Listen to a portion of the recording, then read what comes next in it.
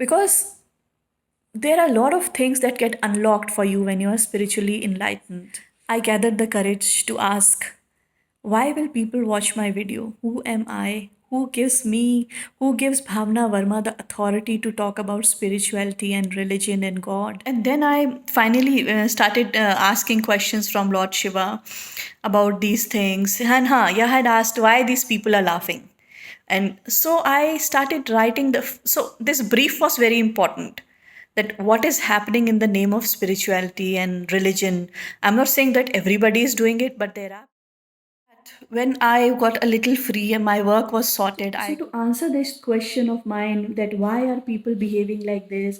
Why are people laughing on me? And some are offended, some are angry, some are thinking I am like showing off. So why are the people not able to relate to it? So the answer that I got was not like a short, crisp one line answer. I actually was made to go through the whole process, because what happened, because I was not spiritual or religious, I had not experienced how religious people are, how spiritual people are. So then I went through this psychic attack where I told you, and during this psychic attack, I was so scared that I told Lord Shiva that now I don't know what is happening. I thought you are there to protect me and nothing can happen to me. But during this psychic attack, I'll tell you, one religious person told me that you have a very dangerous spirit in your house and I will do a big puja in your house. Then one tarot card reader, and she was like, she started saying that people can do astral travel at night and come to you and steal your spiritual powers and all those kind of things. And this is one thing I'm telling you, she started scaring me. So like this, lot of spiritual and religious people I met who were trying to misguide me to sell theirs. And what was the reason? They wanted to sell their services. So they were trying to create fear in me so that they could easily sell their services to me, whether it was getting a puja done at home, whether it was tarot card services, whether it was some meditation. Somebody said no, your chakra needs to be clean, and all those kind of things they started doing. So a lot of things happened, and I was like, and but I was guided, and they could understand very clearly that I was very strongly protected and guided by some force. So they kept vanishing, but I got these little highlights of how these people, some people, I will not shame this profession. I would say how some people are in the name of spirituality and religion and meditation and yoga are trying to create fear to sell their services. So I saw this side of spirituality. I saw this side that it has become a business now. People people want to mint money from spirituality, from meditation. And then while I was writing my book, during those days, one of my friend called me suddenly and she started asking me, Bhavna, how much does it cost to connect with your inner self and your spirit guide? I said, why? It is for free. You don't have to pay anything to connect with your inner self or to.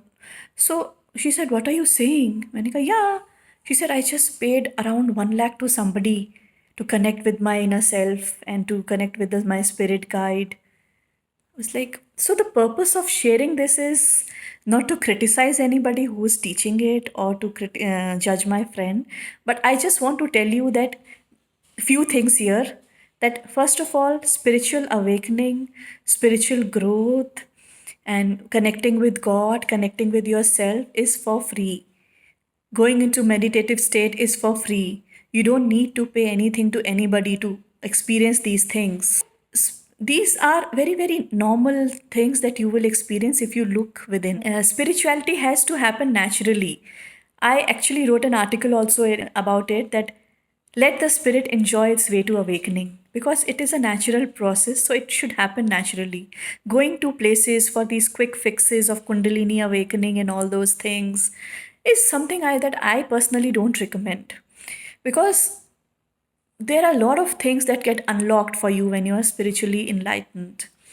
Like you can understand what people are thinking very clearly. You can understand then you will suddenly get a lot of knowledge from the universe, and you need to be able to share that knowledge. And the knowledge is so much that if you don't share that knowledge, you can get buried under that knowledge. Let me tell you, it's like such a huge pool of knowledge that you get from the universe, that if you don't share that knowledge, you can actually get buried under that knowledge. And then I finally started asking questions from Lord Shiva about these things. And yeah, I had asked why these people are laughing.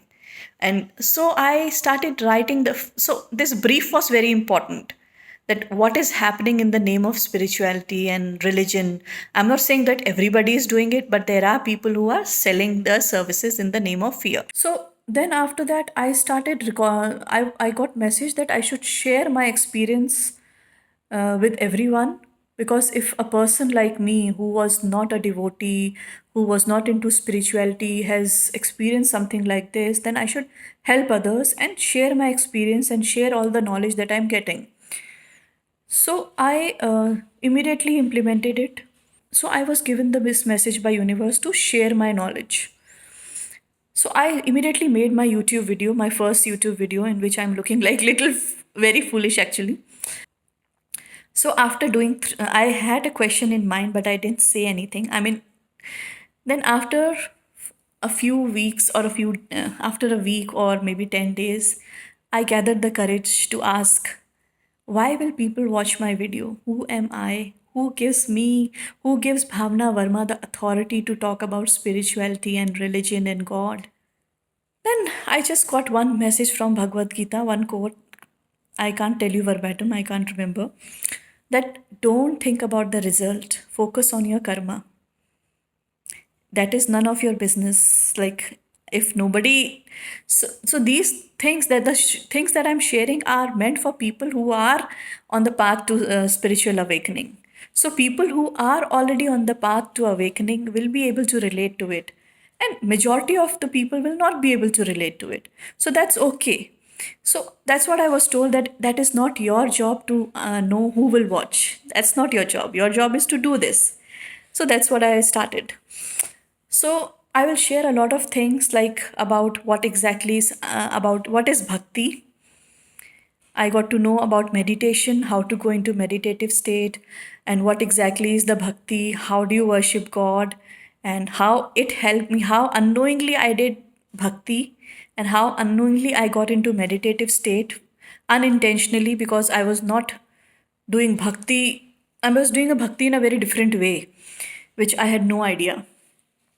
So in my other videos, I will be sharing about how to go into meditative state, what is bhakti, how do you worship God, and a lot of other things I'm going to discuss. So I know a lot of people might not be able to relate to my video, and that's completely okay. I'm sharing this video because if I can connect with God, then anybody on earth can. And connecting with God is completely for free. Experiencing spirituality and meditation is completely for free. So don't get fooled or misled by people who are charging hefty amount of money in the name of meditation and spirituality or religion, or in the name of God. And just try connecting with your inner self